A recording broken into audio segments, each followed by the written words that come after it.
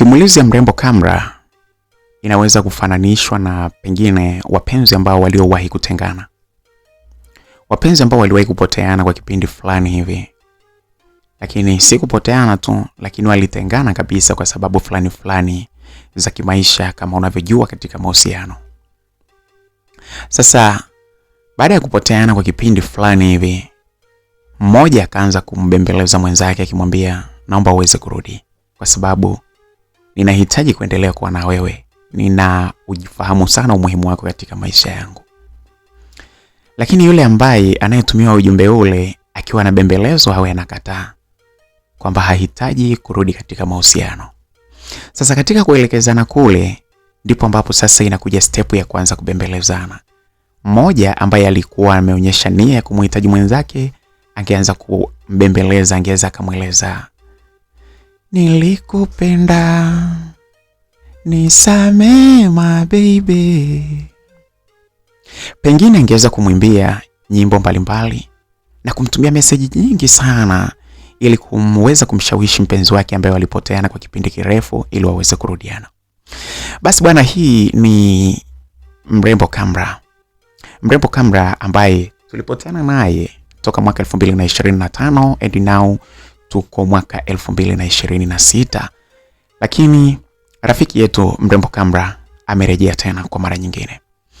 Bwana, karibu sana mpendwa mfuatiliaji wa channel yetu hii ya Makala Simulizi. Nikukaribishe sana kwa upendo wa hali ya juu tuweze kuendelea na simulizi yetu hii. Kama ambavyo tayari tulikwisha kuelekezana kwamba hakuna simulizi ambayo itakayokuwa imeisha njiani, ni lazima tuende na simulizi yetu hii mpaka mwisho. Basi Mrembo Kamra katika sehemu yake nyingine, hii sehemu ya 22 ndio hii hapa. Sasa nikukumbushe tu kwamba kama wewe ulishia sehemu ya 21, bwana, hii ni sehemu ya 22. Na kama wewe ni mgeni pengine katika channel hii, hujapata simulizi hii mwanzo ilivyoanza na mpaka mahali ilipofikia, basi simulizi zote ziko hapa vipande vyote 21. Kwa hivyo nakushauri uweze kurudi nyuma hapo uangalie simulizi zote hizo na kuzisikia vizuri, hatimaye uweze kuendelea pamoja na sisi. Lakini pia unaweza ukaendelea na sisi hata bila kusikiliza kwa nyuma, kwa sababu uzuri wa simulizi hii ina utamu wake fulani hivi hata ukisikiliza kipande kimoja tu. Okay. Baada ya hapo bwana, nikukumbushe tu kwamba katika sehemu ya 21 tulishia mahali ambapo ilikuwa ni kikosi kazi ambacho kilichokuwa kiko chini ya mzee ya kijana huyu. Of course huyu sio mzee, ni kijana Kamwana Smembe, ambaye huyu yeye alikuwa yuko anahusika na kile kikosi maalum ambacho kilichokuwa sasa kiliaminiwa na mzee Ibrahim Skwala, kikiwa kimepewa kazi ya kuhakikisha kwamba kinamchukua Vinod pamoja na Kamra na kuweka katika mazingira ambayo mzee Ibrahim Skwala angeweza kushughulika nao. Lakini kama unakumbuka simulizi yetu ilituambia kabla hawajamchukua, ilitokea kwamba Vinod Ndungulu akawa ametoweka. Alikuwa ametekwa na hakuna mtu ambaye alikuwa anajua kwamba ni nani alikuwa amemteka. Vijana hawa, kikosi kazi cha Kamwana Smembe, kilikuwa hakijui kabisa kwamba ni nani alikuwa amemteka, lakini mzee Ibrahim Skwala naye alikuwa hajui, lakini hata mke wake Bizunati Skwala na yeye alikuwa hafahamu kabisa kwamba huyo mtu yuko wapi. So tulikuwa tumeishia pale katika kizungumkuti kile, lakini kuna mambo mengi ambayo pia tulikuwa tumegusia na hatujafika mwisho. Lakini mwisho kabisa katika sehemu ile ya 21, hapa sitaacha kukukumbusha kwa sababu kuna msingi mkubwa. Ni mahali ambapo hawa vijana walikuwa wamefanya uchunguzi na kugundua kabisa kwamba kumbe mtu ambaye alikuwa ni mlinzi wa siri wa kijana Vinod, huyu mtu alikuwa amejenga nyumba haraka sana, na ilionekana pia kwamba alikuwa kuna urafiki fulani hivi ambao alikuwa anao yeye pamoja na mzungu mmoja ambaye alikuwa yuko kwenye kampuni ya Kijerumani iliyokuwa inafanya kazi ya kutafiti kuhusu habari za wanyama, tabia za wanyama pori. Sasa bana, hapa ndipo tukaishia kabisa, tukawa tujaendelea mbele. Nimejaribu kukupitisha hapo kwa kirefu ili kusudi tuweze kwenda pamoja kwa wewe ambaye uliishia sehemu ya 21. Karibu sana tuweze kuendelea na simulizi yetu hii katika sehemu ya 22. Ninayekuletea simulizi hii bwana ni rafiki yenu ama mwanafamilia wa Makala Simulizi. Ni mimi BHB wa makala simulizi. Karibu katika sehemu ya 22.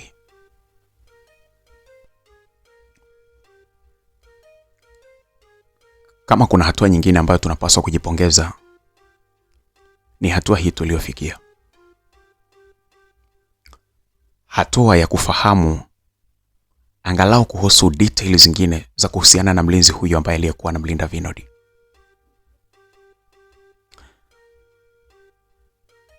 Taarifa hizi zinatupa mwanga mkubwa sana, kwa sababu tumebakisha sehemu ya kufahamu tu kwamba ni kitu gani ambacho kilichosababisha yeye aweze kuchukua rushwa, na ni nani ambaye aliyekuwa amempa rushwa, na alimpa rushwa ili yeye anafaidi nini na kutoweka kwa Vinod Ndunguru.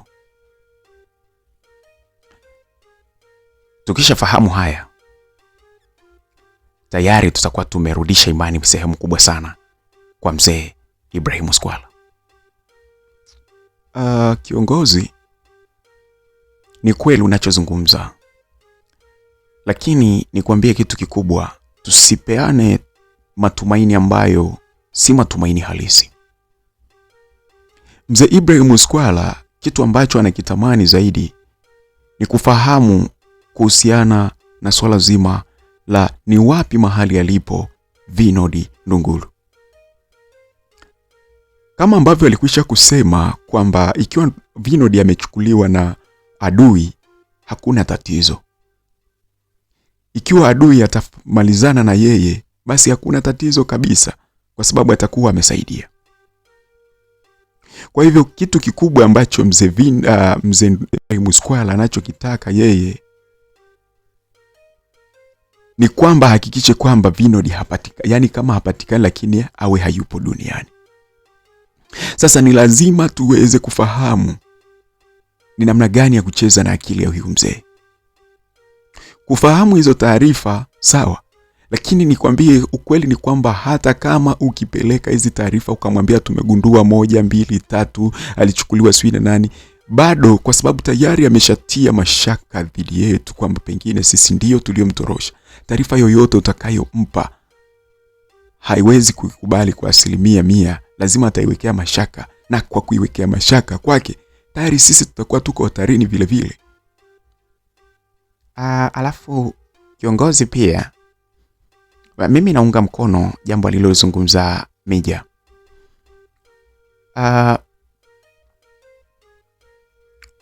Mimi naongeza, nafikiri huenda hilo wazo limeanza kuja kwa Mija, ndio maana amezungumza hivyo. Na mimi ninataka nijazie hapo au niseme nitoe jambo kuhusiana na hoja aliyoitoa bwana Mija. Lazima tuwe na mipango kazi miwili. Kwamba tufahamu, lazima tuwe na mpango kazi wa kufahamu kwamba aliyemteka alikuwa na sababu gani. Na ni sababu gani ambazo zimesababisha yule. Yani tufahamu huyu ambaye alitoa rushwa kwa mlinzi aliyekuwa anamlinda Vinod kwa siri, alitoa rushwa, yeye anafaidika vipi? Huo ni mpango wa kwanza ambao najua ndio tunapaswa tufanye, na mimi naelewa. Lakini mpango wa pili ni mpango wa kuhakikisha kabisa kwamba lazima tunarudisha au tunaisafisha roho na akili ya mzee Ibrahim Squala. Hili ni jambo ambalo ni lazima lifanyike, na hili si kwa ajili nyingine, lakini kwa ajili ya usalama wetu sisi. Sisi kama majasusi ambao tumebobea katika mambo haya, tunafahamu kila neno analoongea mtu, kila neno moja analoongea mtu linatoa mwanga au lina umuhimu mkubwa katika shughuli zetu za kijasusi. Kwa mfano, mzee Ibrahim Squala aliposema kwamba yeye anatamani kuona tu kwamba hata kama Vinod Ndunguru, hata kama hataonekana, lakini ithibitike kabisa kwamba amekwisha kufariki, ameuliwa, amefanywa jambo baya na watu waliomteka. Kitendo cha kusema vile kwamba akigundua hivyo yeye kwake atakuwa anaona ni salama, ule ni mwanya mkubwa sana kwetu sisi kama majasusi. Ni mwanya mkubwa sana wa kurudisha, unaotusaidia sisi ni namna gani tunaweza tukarudisha imani kwa mzee Ibrahim Squala. Unataka kusemaje? Yaani tunarudishaje imani? Kwa sababu umeongea hivyo, kuna kitu nimekiona kwamba ni kweli taarifa zote tunaweza tukazipata na tukajua kabisa kwamba amechukuliwaje na nini, lakini bado tukizipeleka pale mzee hatakubali, kwa sababu nia yake ni kuhakikisha kwamba Vinod ameangamia. Ulikuwa unataka kusemaje? Kwamba tunafanyaje sasa kurudisha imani? Asante sana kiongozi. Mpango wa pili ndio huo, kwamba turudishe imani kwake. Lakini sasa tunarudishaje, ndio swali ambalo ni la msingi. Katika kuchunguza kwetu,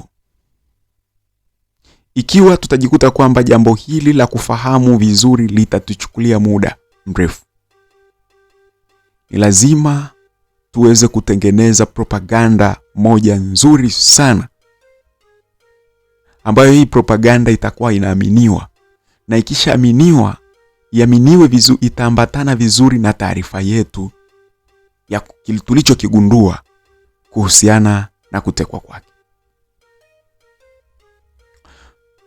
Tutengeneze taarifa kuhusu kutekwa kwake ambayo tunajua kabisa itampendeza mzee Ibrahim Squala, lakini baada ya hapo tuwe na propaganda nzuri ambayo itamfanya Ibrahim Squala aamini kwamba Vinod hayupo tena.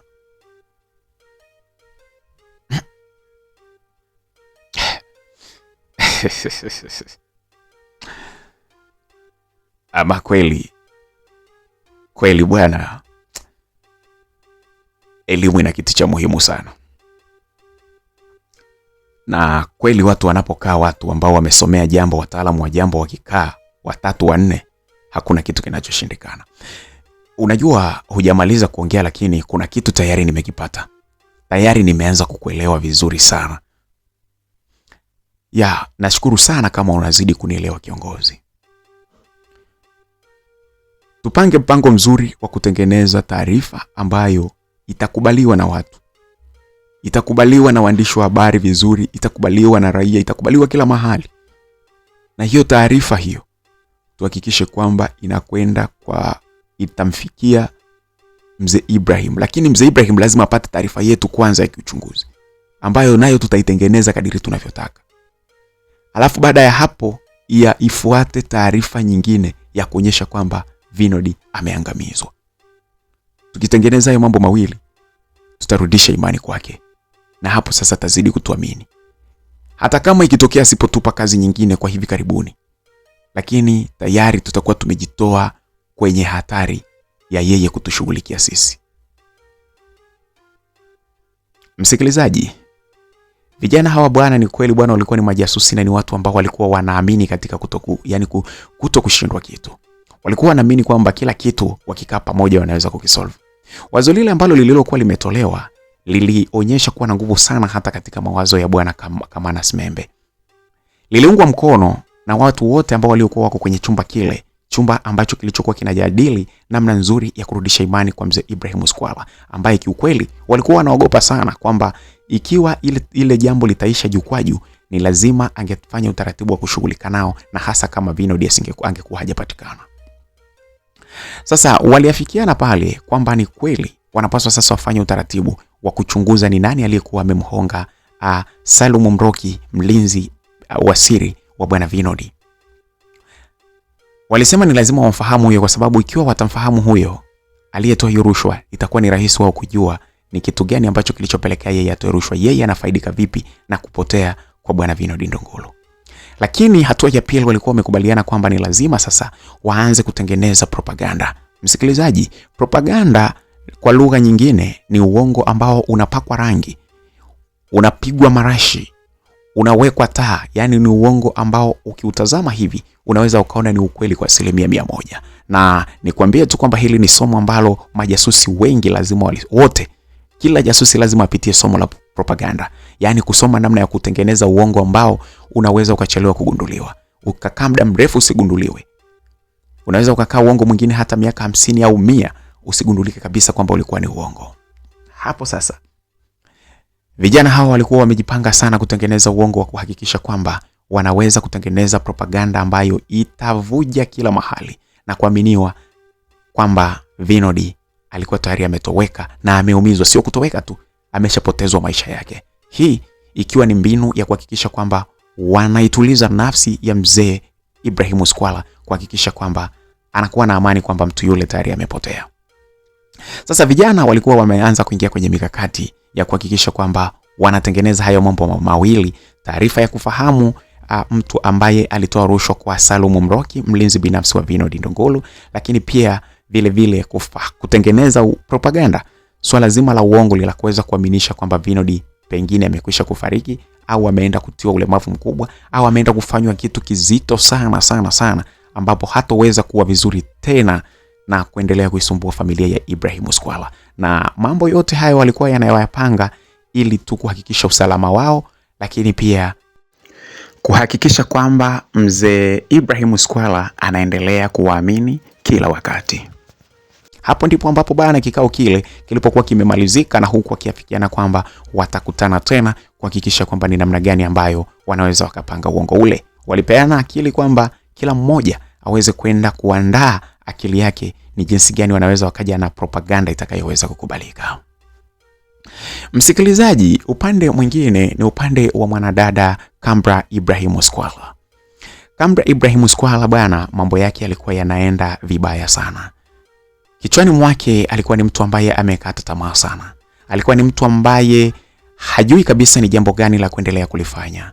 Mtu ambaye aliyekata tamaa, alikuwa haioni furaha tena ya dunia.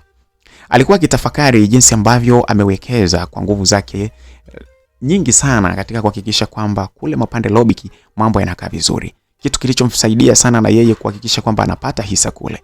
Lakini alikuwa ni mtendaji mzuri na juhudi zake nyingi alikuwa anazifanya kuhakikisha kwamba mambo yanazidi kuwa mazuri. Lakini ghafla bin vu, akiwa katika hali ya kuamini kwamba mambo yanakwenda vizuri, ndipo ambapo mume wake huyu anapotea. Jambo lile lilimkatisha tamaa na kuona kama dunia haina ladha tena.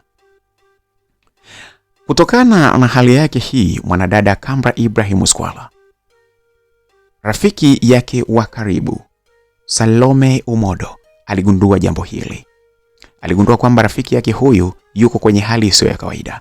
Sometimes alikuwa hataki kabisa hata kula chakula, na hata wakati ambapo alipokuwa anakula, basi chakula kilikuwa hakiingii kabisa. Alikuwa anakula kidogo sana. Muda mwingine alikuwa hadi anazungumza mwenyewe na kujifyonza tu. Hali yake ilikuwa inabadilika siku hadi siku. Kadiri ambavyo siku zilikuwa zinazidi kwenda na kijana Vinod akiwa hajulikani ni wapi alipo, mwanadada Kambra hali yake ilikuwa inazidi kuwa mbaya. Sasa Salome Umodo ambaye ni rafiki wa karibu kabisa wa mwanadada Kambra Ibrahim Squala alitambua jambo hili na kusema kwamba ni lazima atahitaji kumsaidia rafiki yake. Sasa ukaribu wa Salome Umodo pamoja na mwanadada Kambra Ibrahim Squala ulizidi kuongezeka. Yaani ukaribu ulikuwa ni mwingi sana. Mara kwa mara Salome Umodo alipenda kumpigisha story mwanadada Kambra ili kuweza kumtoa mawazo, asiwaze zaidi kuhusiana na kijana huyu au mume wake Vinod Ndungulu. Story mbalimbali alikuwa anampigisha. Alikuwa anajaribu kuweka movie mbalimbali ambazo zilizokuwa zinaweza kumsaidia Kambra ili aweze kuwa na raha. Lakini kwa namna fulani zilisaidia. Na kwa sababu zilisaidia, sasa mwanadada Salome Umodo ilibidi sasa kule kazini kwake ahakikishe kwamba anahakikisha kwamba wasimamizi wake wengine pale wanafanya kazi vizuri, ili yeye muda mwingi aweze kutumia kwa kuwa karibu sana na mwanadada Kambra Ibrahim Squala.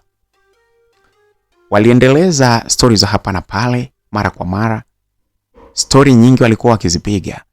Kambra muda ambapo alipokuwa anaona kabisa kwamba hali yake sio nzuri, sasa alikuwa anaonyesha hali ya kukata tamaa sana. Salome yeye alikuwa anakava ile sehemu kwa kumpigisha story, kwa kumletea stories za hapa na pale na kumpa matumaini kwamba ni lazima Vinod Ndungulu angeweza kupatikana.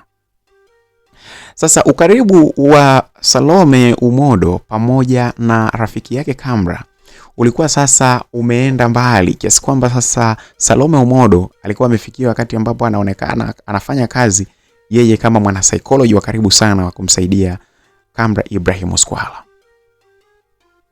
Sometimes alikuwa anapenda sana waweze kwenda maeneo mbalimbali ambayo yana vitu mbalimbali kama vile wadudu kuangalia.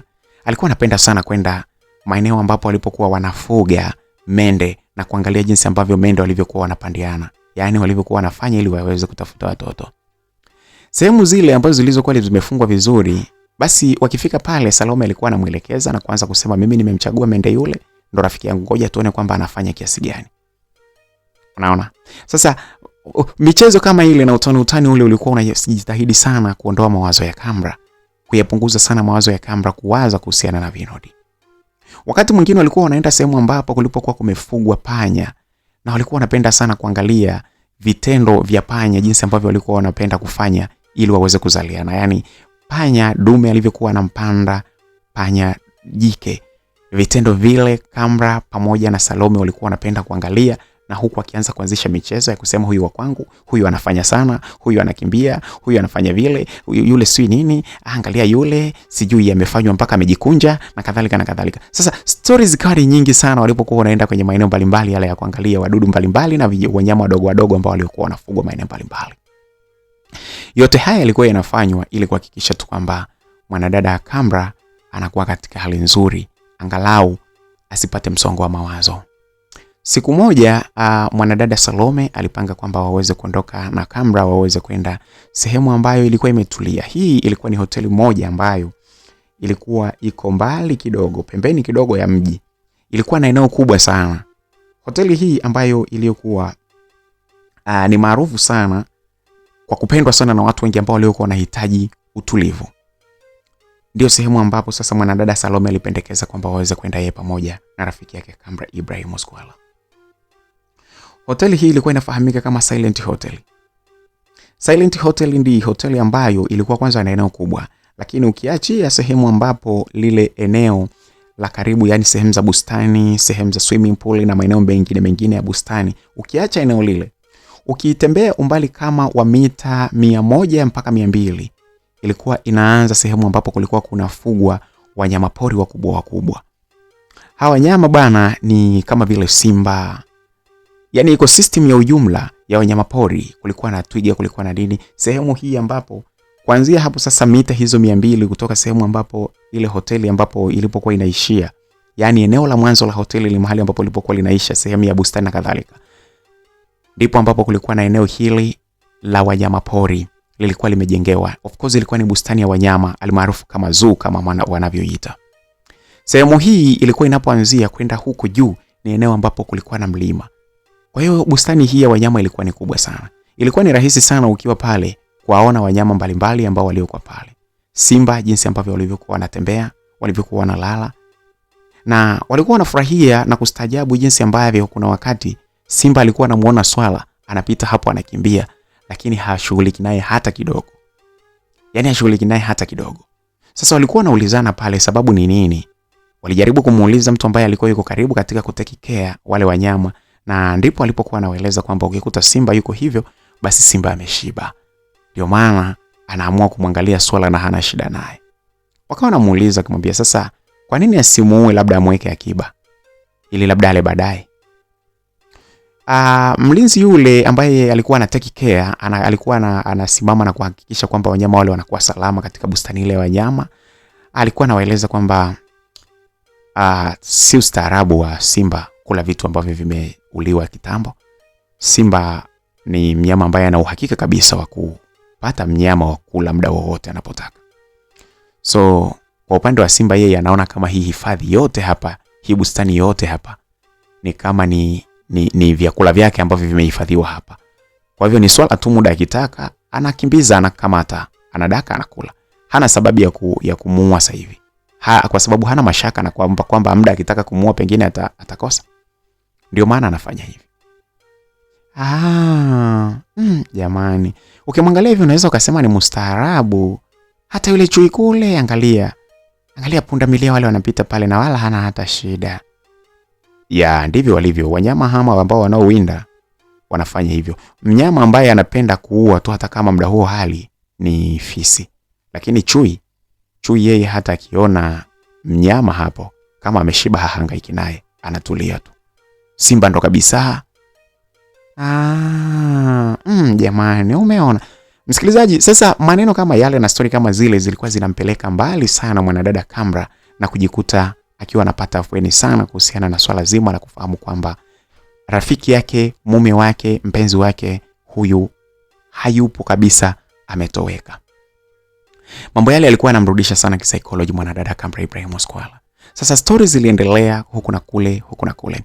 Na wakati walipokuwa wanaendelea kuzunguka pale eneo lile lililokuwa limejengewa katika hoteli ile, upande wa bustani ile ya wanyama, ndipo ambapo walipokuwa wanatazama upande wa reception, upande wa pili kule kwenye hoteli, gari moja ambayo ilikuwa imekuja pale, gari nzuri sana. Sasa walivutiwa sana kutazama upande wa pili na kusahau kutazama upande huku wanyama walipokuwa. Na mahali ambapo walipokuwa wanaendelea kuzungushwa huku na kule wakiendelea kuangalia wanyama, kwa sababu kulikuwa kumejengewa mahali ambapo unaweza ukapita na kuangalia wanyama. Nyavu mbalimbali zilizokuwa zimejengea, unapita upande huu unaangalia, unapita upande ule unaangalia. Lakini ghafla wakajikuta wakiwa wameganda kutazama gari lile ambalo lilikuwa limeingia katika hoteli ile.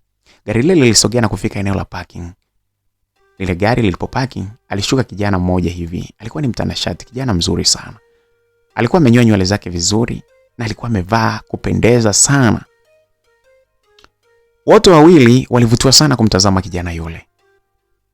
Bila kuambizana, lakini ghafla walijikuta wakitazamana. Kambra alimtazama mwanadada huyu Salome Umodo, lakini Salome naye alitazama na ghafla akashangaa macho yake yamegongana. Tabasamu lilijaa usoni mwao. Kila mmoja alishangaa kwamba kumbe mwenzangu naye alikuwa ananiangalia jinsi nilivyokuwa namwangalia. Anyway, walipoendelea kutazama, kijana yule alitembea hatua kadhaa na kusogea sehemu ya pili ambapo ulipokuwa na viti ambapo ulipokuwa unaweza kupumzikia pale katika hoteli ile ya Silent Hotel. Basi aliposogea upande ule na yeye akakaa kidogo akiwa na utulivu pale akisubiri kwamba mhudumu aweze kuja, alijikuta naye macho yake akienda moja kwa moja, na alipotazama upande ule mita kama 200 hivi, aliona kina dada wawili.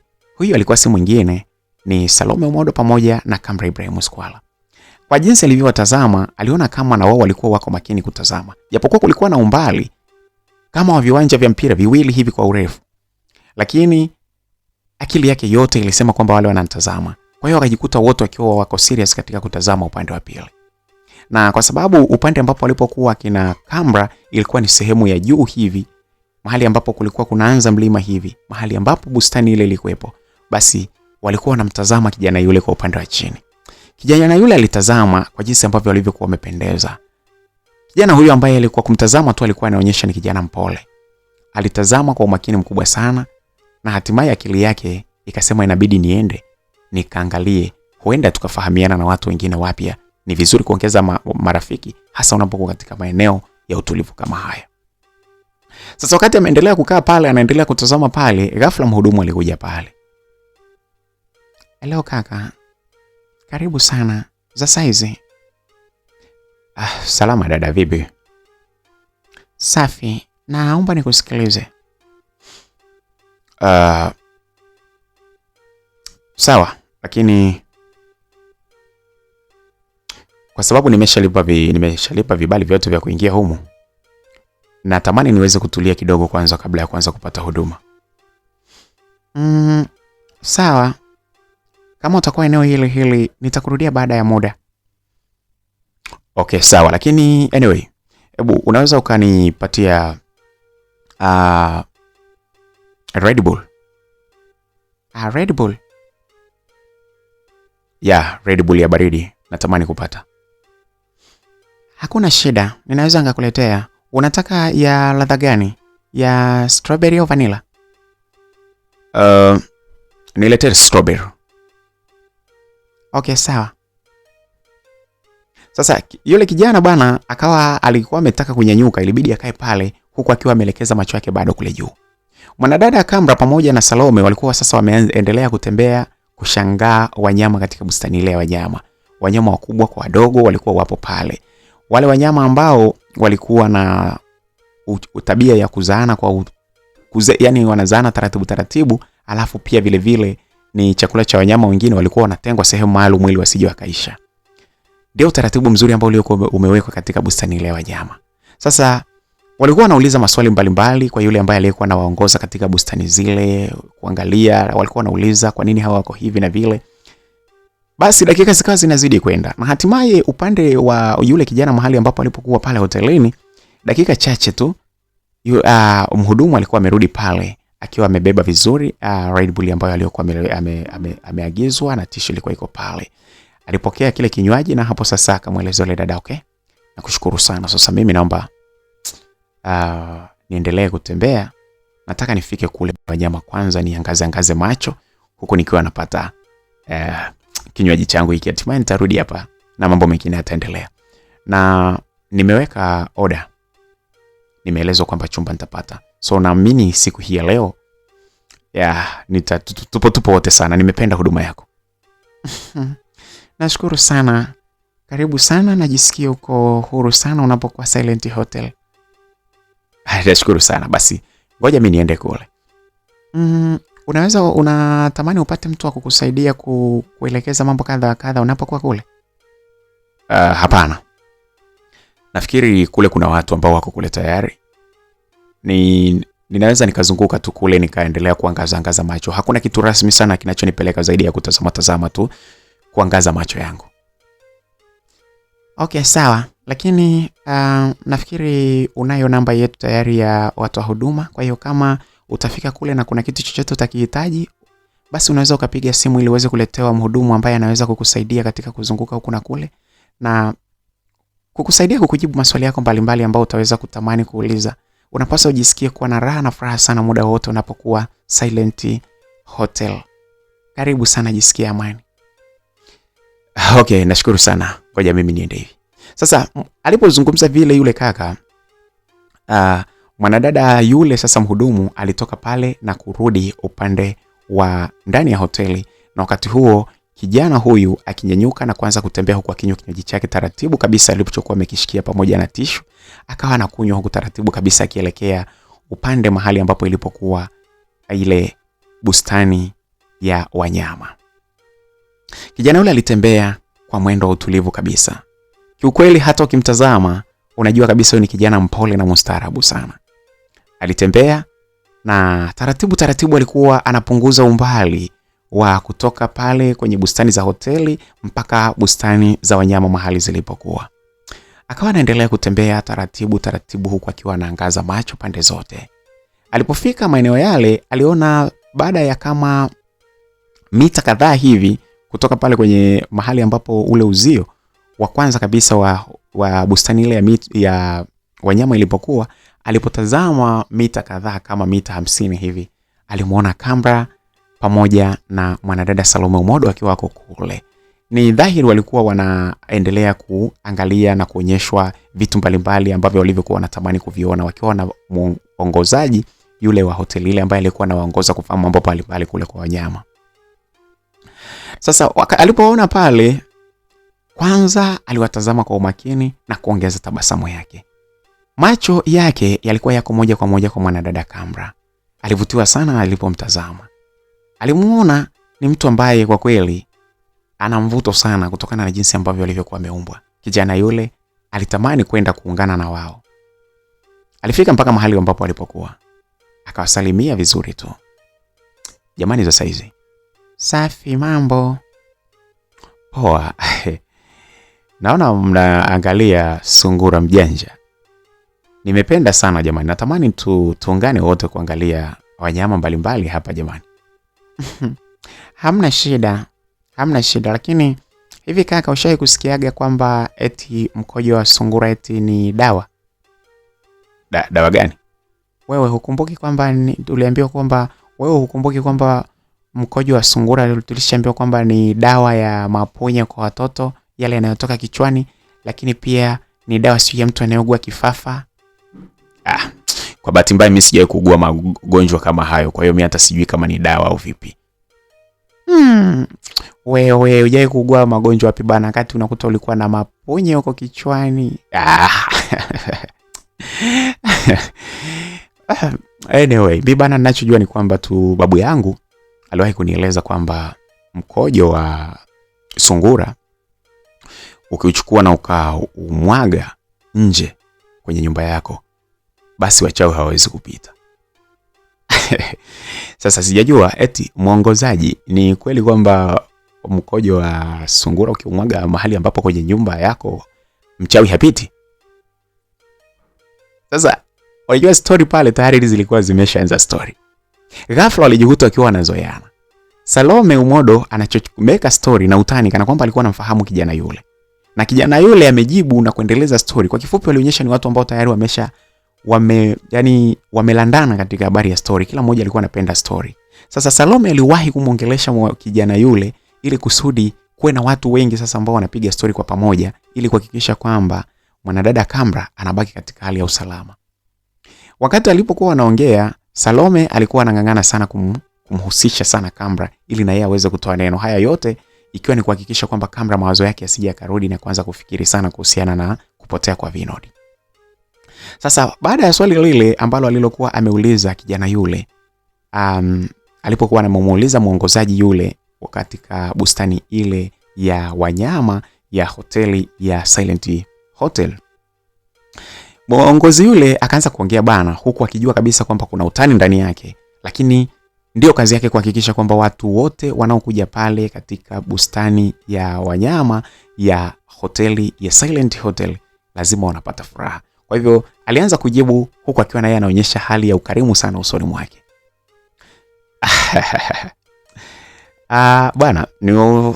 Bwana kitaalamu bwana hatufundishwi habari ya uchawi. Lakini mimi kitaalamu ninaweza kujibu tu kwamba hakuna ushahidi kwamba eti uchawi unaweza kuzuiliwa na mkojo wa sungura. Lakini pia vile vile unamwona kwa mfano sungura yule pale yule. Unamwona sungura mwenye mabaka yule. Watu wengi sana wanakujaga huku wakiwa wanahitaji kwamba waweze kupata mkojo wake. Ni kweli wanasema unasaidia sana katika wakioshea vichwa vya watoto ambao wana mapunye. Basi yale mapunye yanaisha na nywele zinaota vizuri kama kawaida. Sasa hilo kwa mimi sijasomea habari ya kutibu wanadamu, lakini ninaweza nikathibitisha tu kwa sababu ya jinsi ambavyo watu wanakuja mara kwa mara humu. Wale waganga wanaotibu kupitia dawa za asili wanakuja kununua sana mikojo ya yule sungura, lakini huwa wanataka yule mwenye mabaka yule. Hao wengine weupe hawa hatuna rekodi sana, lakini yule mwenye mabaka wanasema mkojo wake ndio unasaidia. So inawezekana ni kweli kama wanatumia na watu wanapona, itakuwa kuna ukweli ndani yake. Lakini habari ya kichawi na nini sidhani. Jamani, afu ninakumbuka pia niliambiwa kwamba huo mkojo kwa mwanaume ambaye anakojoa kitandani, akinywa huo mkojo anapona. Eti nani wewe kaka, wewe ushawahi kujaribu? Sasa aliongea vile mwanadada Salome, lakini nia ilikuwa ni utani kwa sababu tayari ameshafahamu kwamba yule kaka anapenda utani. Yule kaka alicheka sana. Stories zikawa zimepamba moto sana. Akacheka sana, akawa anasema kwa hiyo dadangu ukinitazama mimi aiseni kwamba mimi inawezekana nikawa nilikuwa nakojoa kitandani kweli. Wakacheka wote pale. Hakuna aliyehisi kwamba, unajua maneno kama yale mtu mwingine angeweza kuhisi kwamba ni maneno yanaonyesha dharau, kumshusha mtu na kadhalika, lakini kwa yule kaka mambo yalikuwa sio hivyo. Yeye alifurahi sana kutaniwa vile. Kwa namna fulani alionyesha ni mtu ambaye na yeye alikuwa anahitaji sana kukaa na watu ili aweze kufarijika vizuri, pengine kutokana na mambo ambayo yaliyomuumiza au yanayomuumiza kwa wakati ule. Kwa hiyo alikuwa anahitaji na yeye kupata furaha zaidi. Alifurahi na stories zikawa zinaendelea huku na kule wakiwa wanataniana hapa na pale. Bana waliendelea sasa kuzunguka katika maeneo mbalimbali kuangalia wanyama mbalimbali, wadogo, wakubwa ambao walikuwa wamewekwa katika bustani ile ya wanyama. Urafiki wao ulijikuta ukiwa unazidi watu hawa watatu, lakini pamoja na yule wa 4 ambaye ni mwongoza wanyama, mwongozaji wa watu ambao wanakuja pale kutazama wanyama. Sasa kwa yeye ilikuwa ni swala la kawaida kujenga urafiki na watu wale, kwa sababu wale ni watu wanakuja pale kwa sababu kwake ni wateja. Haikuwa issue sana. Lakini watatu hawa waliendelea kuzunguka huku na kule wakiwa wanaendelea kuelekezwa na yule mwongozaji story nyingi, na huku Kambra akiwa anahusishwa na zile story mara kwa mara. Kambra alijikuta akiwa anapiga story nyingi sana na kusahau kabisa kuhusiana na swala la Vinod Ndungulu, mume wake ambaye alikuwa amepotea. Sasa walipomaliza kupiga story kule, wakasema bana, Kambra sasa pale akaanza kuongea, akasema jamani, unajua tumezunguka huku tumekaa muda mrefu kiasi kwamba tumesahau kwamba hatukuja kwa ajili ya kuangalia wanyama pekee. Sasa bora turudi kule jamani, tukakae tuangalie story mbili tatu. Yule kaka alikuwa hajafahamu sana kuhusiana na Kamra.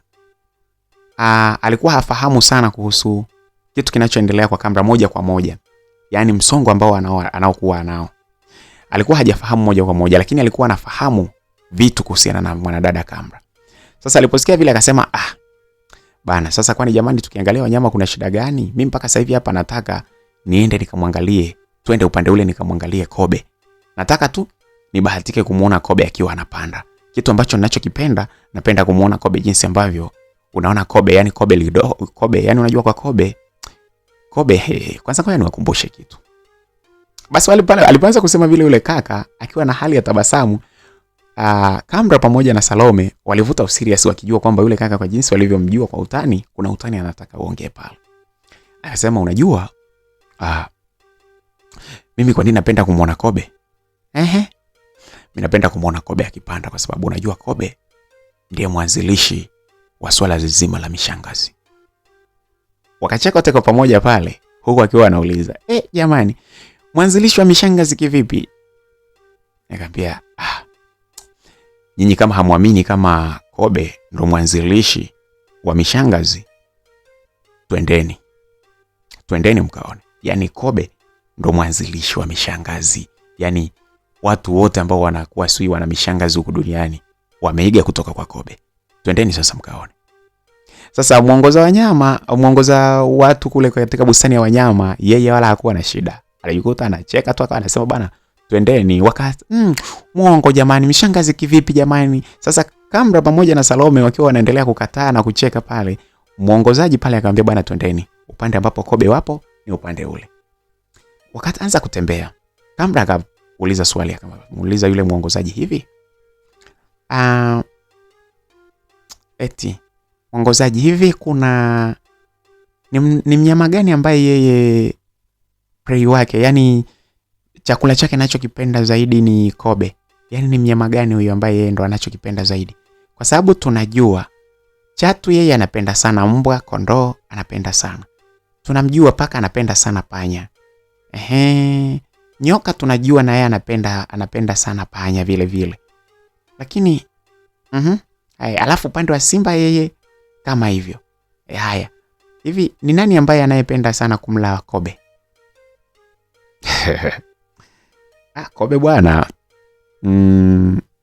Kobe aisee. Hakuna mnyama ambaye anapenda kula kobe. Labda kutokana na jinsi ambavyo alivyoumbwa, unaangalia lingozi lake jinsi lilivyo, lakini na yeye sio kwamba yuko salama sana. Yaani kila mnyama ana matatizo yake, kwa sababu kuna wadudu wadogo ambao wanapenda sana kumshambulia. Wakimkuta amekuja pale, amesimama mahali, mara moja kwa watu wanaweza wakaja akaanza kumshambulia, kuingia, akianza kucheza, kujirusha, kufanya hivyo, wanamuingilia, wanamngata sana mpaka anakufa, na baadaye wanamtafuna mpaka anaisha. Ni wadudu wadogo kama wanalingana kama na mchwa hivi au chungu. Wanakata, wana meno makali wale, wanangata. Yani kobe yule pale unakuta ukija, unashangaa unakutana na lile fuvu lake, yani lile jumba lake tu, lakini uko ndani vitu vyote vimeshaliwa. Wewe kweli? Wewe hujawahi kushuhudia? Mimi bana, mimi nishapita ngakuta labda mtu kobe, lakini sijawahi kujua kwamba ameliwa au vipi. Kwani wewe ushawahi kushuhudia ukamwona kabisa wakimla? Sasa mimi si niko field. Mimi toka tuko chuoni tulikuwa tunaenda tunaangalia kobe muda ambapo ananaswa na wale wadudu wanamla kama hivyo, lakini hapa pia wale wadudu kuna miti. Hii miti unaona ile miti mikubwa kama ile pale, inawatuza sana wale wadudu, ndio wanapenda kumshambulia kobe. Lakini kwa tafiti zinaonyesha kwamba hawashambulii kobe tu ambaye ni mzima. Lazima huyo kobe awe alishawahi kupata jeraha mahali. Ile damu ya kobe inakuwa na harufu fulani ambayo inawavutia wale, kiasi kwamba wakishaanza kuisikia wanakuja wengi sana kumvamia, ndo wanapojikuta wanamla mpaka anaisha. Lakini akiwa hana kovu lolote, huwa havamiwi. Hizo ni tafiti ambazo zimefanyika. Jamani, twende basi, mimi leo natamani nikaone. Wewe unataka ukaone, kwa hiyo hutaki tena kuona tena kuhusu nani? Hutaki tena kuona jinsi ambavyo kobe walianzisha kanuni ya mshangazi? wewe bwana wewe. Mimi nataka kuona yote. Huo mshangazi wako mimi najua tunaongea, huo mshangazi wako mimi nataka nione. Alafu pia lakini nataka nione kobe akiwa analiwa. Nione huyo nani ambaye yeye chakula chake ni kobe. Ndo namtaka huyo. Nataka nione. Sasa stories ziliendelea na wakiwa wanaendelea kusogea mahali ambapo walipokuwa wamehifadhiwa kobe. Kobe sehemu ambapo walipokuwa wamefungiwa ni eneo kubwa ambapo wanyama wengi kama vile nyoka walikuwa wanaweza kuingia. Wanyama wengi tu walikuwa wanaweza kuingia katika sehemu ile kwa sababu imezuiliwa tu ili kobe mkubwa ndio asitoke, lakini vitoto vya kobe vilikuwa vinatoka kama kawaida na kurudi pale ndani. Basi wakafika mpaka pale. Walipokuwa wamefika pale, wakawa na sasa wanatazama. Kaambia, "He, unaona sehemu ile pale? Waendelea kuangalia tu, na kipindi hiki ndio kipindi ambapo kobe wengi sana wanazama. Angalia pale. Pale, wewe tuangalie tu.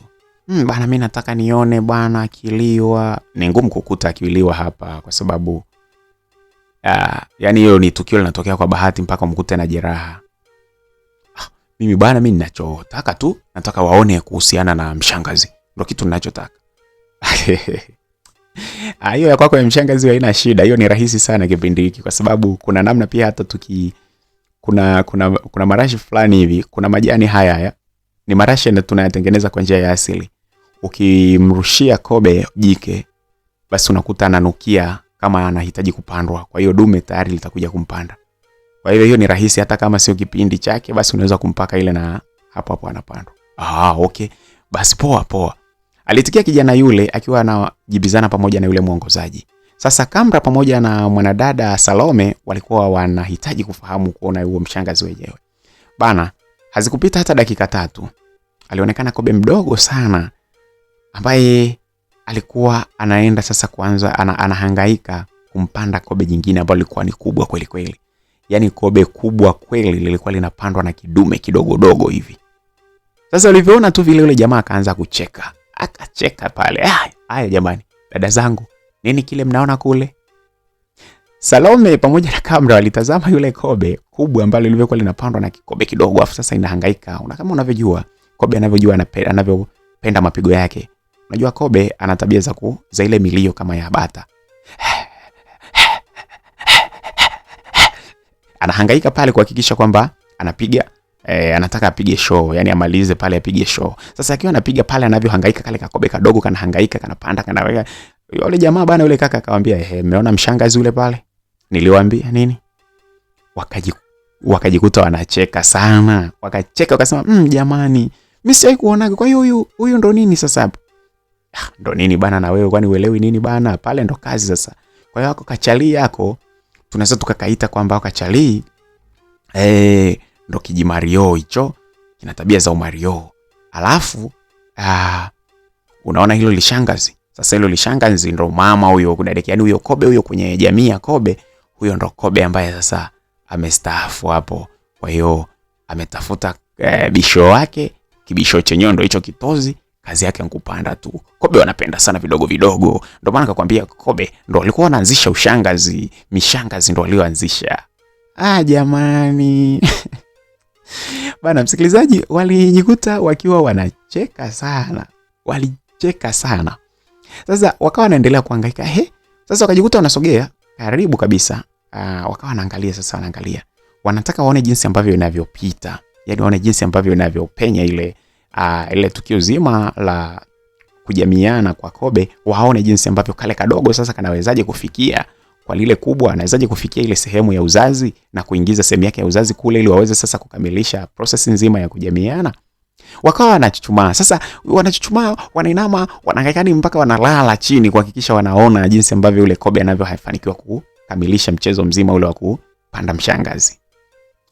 Mwongozaji pale yeye alikuwa anacheka tu, anafurahi, anatania, anasema kwamba bana, yani nyinyi wanawake bana, nyinyi mambo yenu mengi sana. Yani mpaka kobe kubwa lakini bado linazidiwa akili na katoto kadogo. Hebu angalia kale katoto ndo kanapanda kobe kubwa kabisa, eti kale pale ndo kanapanda kabisa. Sasa yule si mama yule na wajukuu zake yule. Basi wanacheka sana pale. Sasa Kamra akajikuta amevutiwa sana na kuangalia kitendo kile. Akawa amejilaza anaangalia. Ile pale, kumbe kule mbele ina kama kucha. Njoo uone Salome. Kweli kama kucha. Ila sasa ikoje? Hebu angalia. Hilo hiyo hapo. Hiyo imeingia kweli. Ndio, hebu angalia jamani. Sasa msikilizaji, yule jamaa naye akainama pale akajikuta yuko pamoja na kina Salome pamoja na kamera pale, wanaangalia jinsi ambavyo inaingia na kupanda pale, jinsi ambavyo Kobe anavyohangaika kupambana kupiga kazi. Bana, show ya Kobe ilikuchukua dakika nyingi sana kuiangalia. Jinsi ambavyo Kobe kile kilikuwa kinapanda, muda mwingine kinadondoka, sababu ule mgongo yule Kobe wa kike ni mkubwa. Kanapanda chini, kanadondoka miguu juu, kanahangaika huko na kule. Salome akasema hivi, jamani, lakini Kobe ana akili gani? Sasa jamani, kuhangaikia tu mahali ulipotokea ndo unahangaika mpaka unadondoka, sikitakufa. Hebu kiangalia kilivyo kidogo. Mambo yalikuwa ni mengi pale. Kiukweli kwa dakika zile pale, mwanadada Camera alisahau kabisa kwamba Vinod amepotea na ana siku kadhaa haonekani. Sasa process ile pale ya kuangalia kitendo cha kujamiana kwa Kobe ilifika mwisho. Wakawa wote wamefurahi kwa sababu kalipomaliza kale Kobe kadogo, wakawa anajisogeza sasa kungata majani huku pembeni, na ile jike likawa linangata pembeni huku, linangata majani pale. Wanafurahi. Kuna majani fulani hivi Kobe wanayapenda sana, yanakuwa kama yana uteute hivi. Wakawa wanayenyofoa pale, wanakula pale. Kiukweli ilikuwa ni show moja nzuri sana ambayo ilikuwa ni kuangalia Kobe jinsi ambavyo wanavyofanya. Na kenyewe pale sasa kana hema, wamemaliza kama bata. Sasa walipoenjoy ile pale, ilikuwa ni moment moja tamu sana ambayo ilikuwa ni kati ya yule kaka Camera pamoja na Salome. Walikuwa wameenjoy sana, huku akiwa na muongozaji wao aliyekuwa anaongoza katika bustani zile za wanyama katika hoteli ya Silent Hotel. Walimaliza pale, sasa walitamani sasa kurudi eneo la bustanini tu, kwenye bustani za maua na kadhalika za hoteli ile ambazo zilikuwa kama mita zaidi ya 100 mpaka 200 kutoka pale katika bustani zile za wanyama.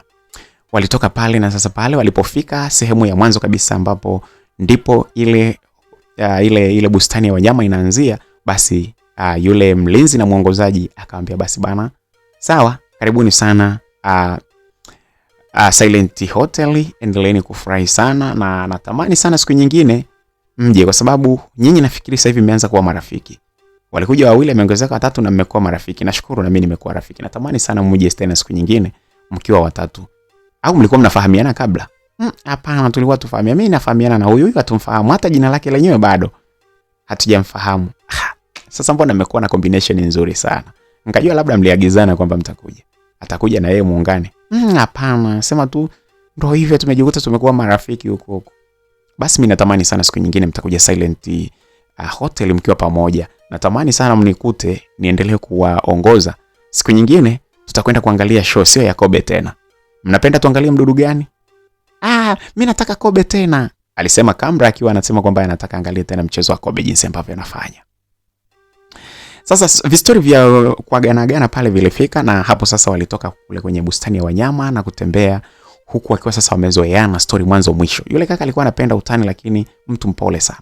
Anaongea maneno fulani hivi ya utani, lakini ya kuchekesha na kufurahisha sana, kuwafanya watu waenjoy. Basi wakasogea, wakatembea mpaka wakafika mahali ambapo sasa alipokuwa amekaa yule kaka kwa mwanzoni. Ni katika bustani ya hoteli. Sasa pale kulikuwa na mzunguko mzuri pale, viti vimejengewa vizuri, vimewekwa. Ni sehemu nzuri sana ya kupumzika kwa kweli. Ni Silent Hotel. Hoteli ambayo inaaminiwa sana kwa kutunza watu ambao wanahitaji utulivu wa mawazo. Hoteli ambayo iko pembeni kabisa mwa jiji. Ndipo mahali ambapo walipokuwa wamekaa. Sasa walijikuta wakikaa pamoja kana kwamba walikuja pamoja. Jamani. Haya, lakini hebu sasa jamani, tutambulishane jamani. Haiwezekani tumekaa tumepiga story afa tufahamiani. Sasa nyinyi si mnafahamiana? Mimi mbona nawafahamu? Unatufahamu? Mimi nawafahamu kidogo. Sio sana, lakini nawafahamu, lakini sishangai kumfahamu wewe. Nimekufahamu kwa sababu ya Camera. Jamani, unamfahamu mpaka jina? Camera namfahamu.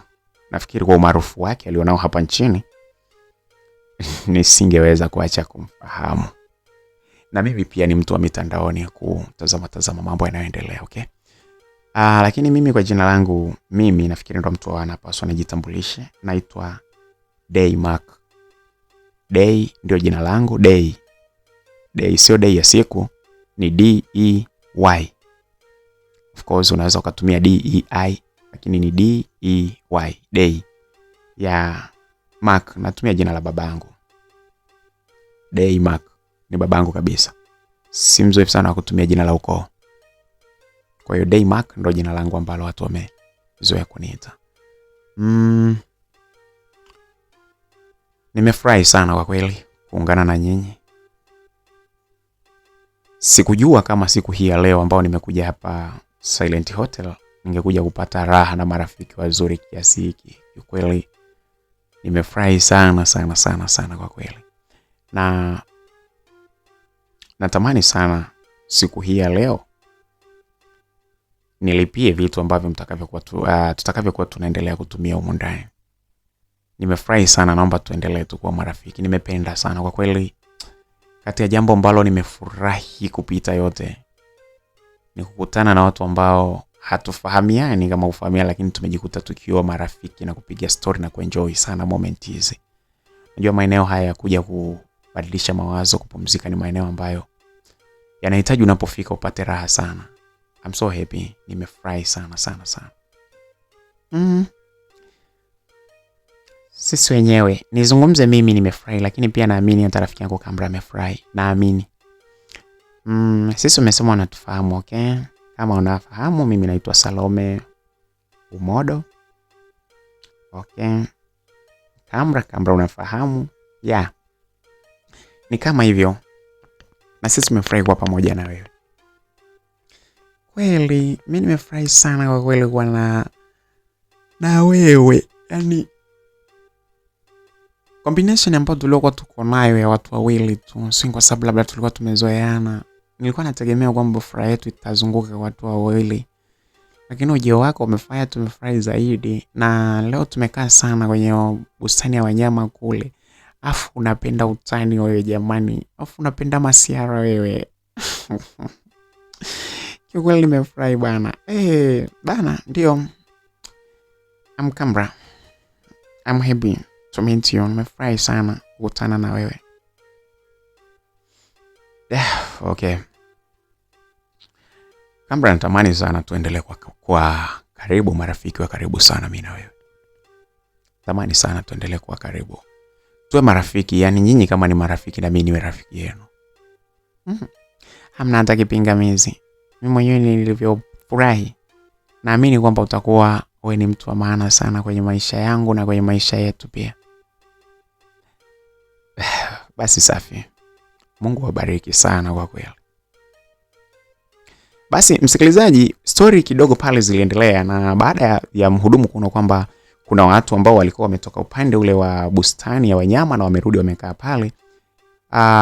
Mhudumu mmoja alitoka mahali kule ambapo alipokuwa amekaa na kuja moja kwa moja katika bustani kidogo kile na eneo la kupumzikia mahali ambapo alipokuwa wamekaa hawa vijana watatu. Alipofika pale moja kwa moja alitaka kuwahudumia. Aliwasalimia kwa upendo na uso uliokuwa umejaa bashasha sana, huku akihitaji kuwahudumia.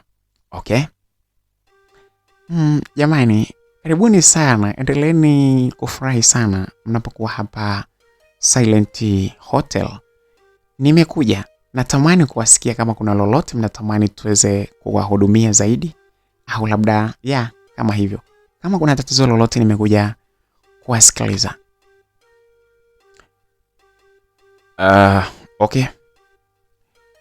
Unajua mimi umenipatia Red Bull muda ule. Nimejikuta na enjoy sana. Sidhani kama nitakunywa kinywaji kingine zaidi ya Red Bull. Labda tu kichanganya hapo utanibadilisha unilete ladha ya vanilla. Nayo ni test kidogo upande wa mimi, lakini kwa upande wa wenzangu unaweza ukawasikiliza. Okay. Basi sasa sikiliza dada. Jamani, hapa natamani kula chakula kilichotengenezwa, yani vyakula vya nyama na vitu natamani hapa leo sasa hivi. Chakula gani tukuletee? Mimi natamani uniletee makange ya mbuzi. Ndio vitu nitapenda. Na Kambra, vipi tukuletee uletewe nini? Hiyo hiyo akitaka kuletea na mimi aniletee. Okay. Sawa. Tuletee na juisi ya almond. Juisi ya almond. Mimi niletee almond ladha ya strawberry. Almond strawberry. Niletee. Niletee na rafiki yangu, najua na yeye anaipenda. Niletee hiyo hiyo. Jamani na wewe jamani, mimi nimekuambia unaipenda. Bana itumie bana, hiyo ndo nzuri. Uitumie leo ili uone jinsi ilivyo tamu. Wewe najua hujaitumia, labda au umesahau. Kuna siku tulikunywaga umesahau.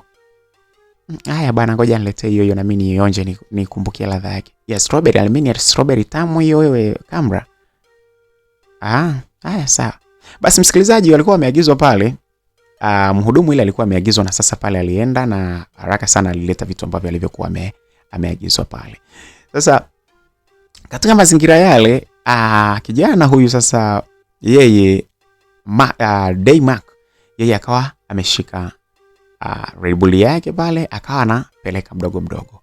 Wenzake sasa pale wakawa wanaendelea na kula. Bana. Day, hebu sikia. Tunataka na wewe ule chakula hata kidogo tu.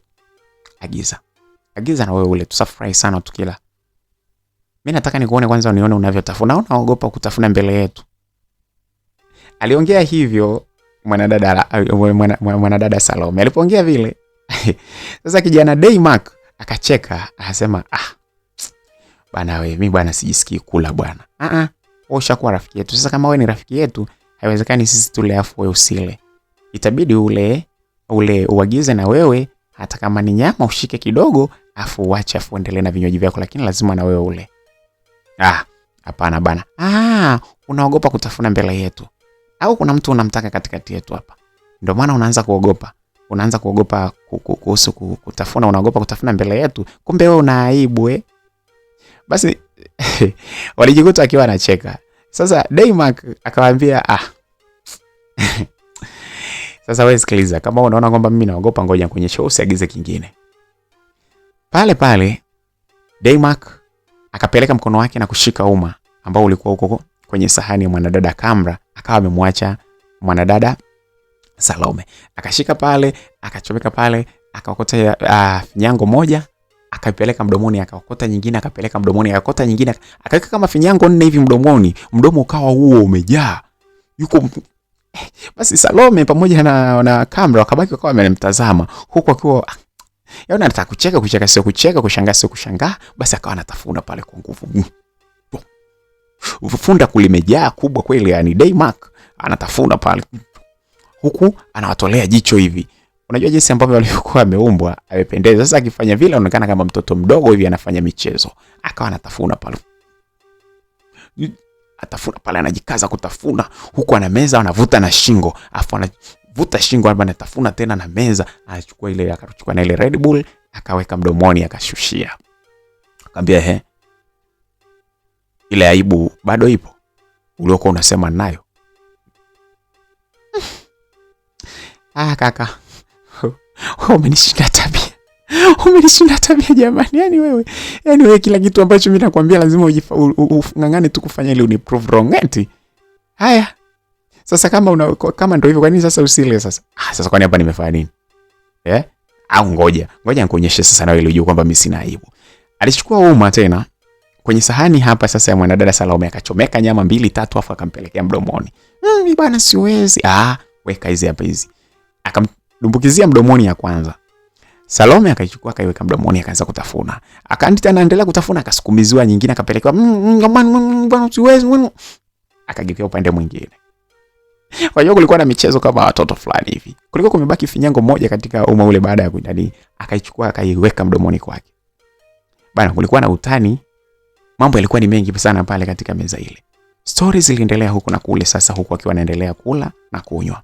Muda ulisogea. Walipokuwa wamemaliza kula sasa, vinywaji ndivyo ambavyo walikuwa wanakunywa taratibu. Kijana Daymark akaongea neno, akasema sasa bana, ndugu zangu, unajua tumefahamiana leo. Na kama tumefahamiana leo, si vibaya tukaanza kujuzana mambo ya hapa na pale. Sasa tukajikuta tunapata hata dili za biashara na mambo mengine hapa na pale. Tukaanza kuyafanya zaidi. Alipoongea hivyo, sasa Kamra akawa amemtazama. Kamra akili yake ikarudi, ikakumbuka sana kuhusiana na mambo yake ya kibiashara. Lakini pale pale mawazo yakarudi, yakakumbuka kwamba Vinod ambaye alikuwa yuko na yeye nyakati zote kuhusiana na masuala ya kibiashara, tayari Vinod alikuwa amepotea. Sasa jambo lile likamfanya sasa aanze kupoteza furaha hivi. Salome alimtazama Daymark, akamwambia kaka, nafikiria mambo tutazungumza siku nyingine. Naomba leo tuendelee kubaki na furaha yetu tu. Sababu linapokuja swala la uchumi linaweza kutibua watu akili na kadhalika, lakini tubaki tu kudili na mambo ya kawaida haya. Kwa haraka sana Daymark ni kama alifahamu kwamba kuna kitu fulani hivi kimeingia katika wazo la mwanadada Kamra, lakini kwa sababu alikuwa anafahamu mambo ya Kamra, alijaribu kunyamaza, lakini huku akiwa anamtazama Kamra kwa umakini mkubwa na kurudisha macho yake kwa mwanadada Salome. Salome akamwambia, kama unamfahamu rafiki yangu huyo, unaelewa mambo mengi. So si vizuri kuanza kuzungumza habari hizo kwa wakati huu kutokana na hali anayopitia. Ni vizuri tuendeleze na mambo marahisi kwa ajili ya kumweka vizuri katika hali. Yaani asiwe na anawaza sana hayo mambo ambayo yanamletea msongo. Nafikiri unamenielewa vizuri.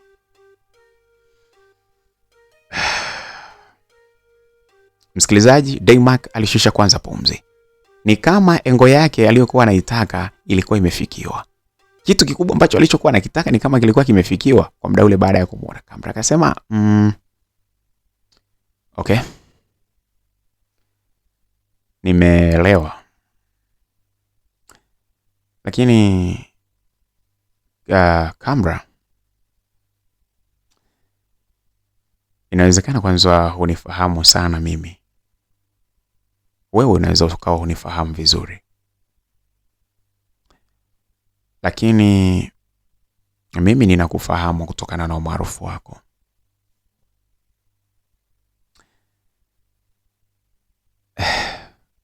Najua huyu ni rafiki yako mkubwa,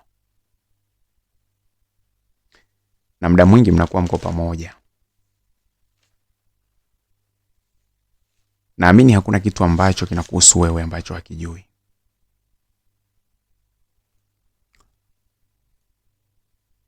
Ila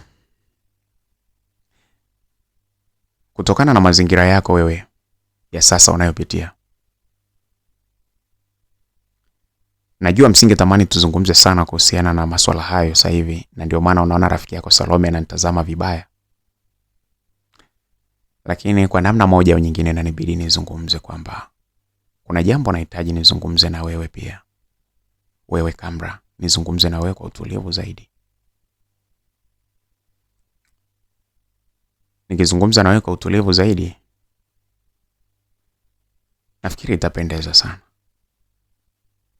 Unamaanisha kwamba unataka niondoke hapa ili ukae na Kamra peke yake muongee?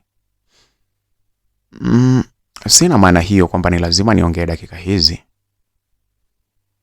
Inaweza ikawa hata siku nyingine kama kesho au masaa mengine. Nitafurahi sana kama nikiongea na Kamra, na naamini jambo naloongea naye litakuwa na umuhimu sana katika maisha yake. Msikilizaji, sentensi ile aliyoongea Daymark ni kama sasa ilikuwa imeongeza userious sana katika meza ile ambapo walipokuwa wamekaa. Sasa kutokana na kwamba Kamra anajua kipindi anachopitia, Salome anajua kipindi ambacho Kamra anachopitia, alafu anasikia kwamba jambo hilo litasaidia sana katika maisha ya Kamra, kila mmoja alivuta userious na kuhitaji kwamba ni jambo gani ambalo kijana Daymark anataka kuzungumza. Bwana msikilizaji, tunaweza tukazungumza nini? Polisi napo kule kumefuka moto bwana. Polisi kumefuka moto kuhusiana na kupotea kwa kijana Vinod Ndunguru. Baada tu ya polisi na wao kufahamu kwamba aisee, kumbe mzee Ibrahim Squala alikuwa hafahamu na hahusiki kabisa na kupotea kwa kijana Vinod. Sasa bana, kule napo kumewaka moto. Msikilizaji, huyu kaka Daymark anataka kuzungumza kitu gani? Naomba tukutane katika sehemu inayofuata. Simulizi ya mrembo Kamra, hiyo ni sehemu ya 22. Tukutane katika sehemu ya 23. Mimi ni BHB, rafiki wa makala simulizi. Kama wewe ni mgeni katika channel yetu bana, usiache kubonyeza neno subscribe chini ya video hii. Lakini pia usiache kulike, kushare na kucomment chini ya video hii ili tuweze kwenda sambamba. Assalamu alaikum. Bwana Yesu asifiwe sana.